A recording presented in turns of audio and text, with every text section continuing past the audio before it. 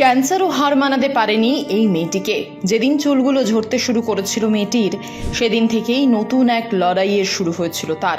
কিভাবে সে নিজেকে আবার দাঁড় করালো জানলে অবাক হবেন। ক্যান্সারের চিকিৎসা চলাকালীন দিনে দিনে নিজের প্রতিচ্ছবি বদলাতে দেখেছিল রিধিশা। আয়নার সামনে দাঁড়িয়ে মাথার ন্যাড়া ছবি যে কাউকে ভেঙে দিতে পারে। কাল পর্যন্ত যে মেয়েটি জিমে মানুষকে ফিটনেস শেখাতো, সেই এক রাতে নিজের শরীর আর আত্মবিশ্বাস হারিয়ে ফেলেছিল। কিন্তু হাল ছেড়ে দেওয়ার মেয়ে সে নয়।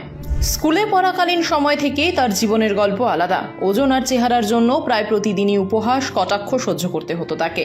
সহপাঠীরা যাকে নিয়ে হাসাহাসি করত, সেই মেয়েটি একদিন নিজের পরিশ্রম আর ইচ্ছাশক্তির জোর হয়ে উঠেছিল ফিটনেস ইনস্ট্রাক্টর। প্রায় 1 বছর লেগেছিল নিজের কনফিডেন্স ফিরে পেতে। তবে জীবনের সবচেয়ে বড় পরীক্ষাটা এলো 28তম জন্মদিনের পর। হঠাৎ বুকের ভেতরে টিউমারের মতো কিছু অনুভব করলো সে। শুরু হলো কেমোথেরাপি, রেডিয়েশনের নির্মম লড়াই।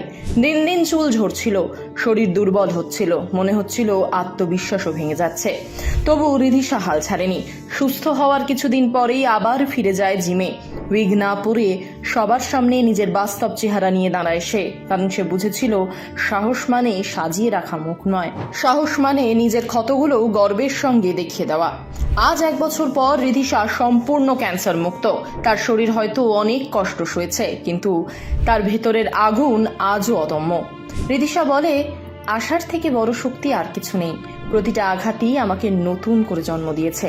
তার জীবন প্রমাণ করে মাথা ন্যাড়া হয়ে যাওয়া মানেই হার নয়, বরং নতুন করে দাঁড়িয়ে ওঠার ঘোষণা। আজও অনেকেই নিজের দুর্বলতা লুকিয়ে রাখতে চায়, কিন্তু রিধিশা দেখিয়েছে দাগ, ক্ষত, ন্যাড়া মাথা কিংবা শরীরের পরিবর্তন এসব লজ্জার নয়, এগুলোই শক্তির পরিচয়। তার যাত্রা হয়তো ক্যান্সারের সঙ্গে লড়াই দিয়ে শুরু হয়েছিল, কিন্তু শেষ হয়েছে নতুন এক জন্ম দিয়ে। আর এই জন্ম আমাদের প্রত্যেককে মনে করিয়ে দেয়, জীবনে হাল ছাড়ার মানেই সব শেষ নয়, হাল না ছাড়ার মানেই নতুন শুরু।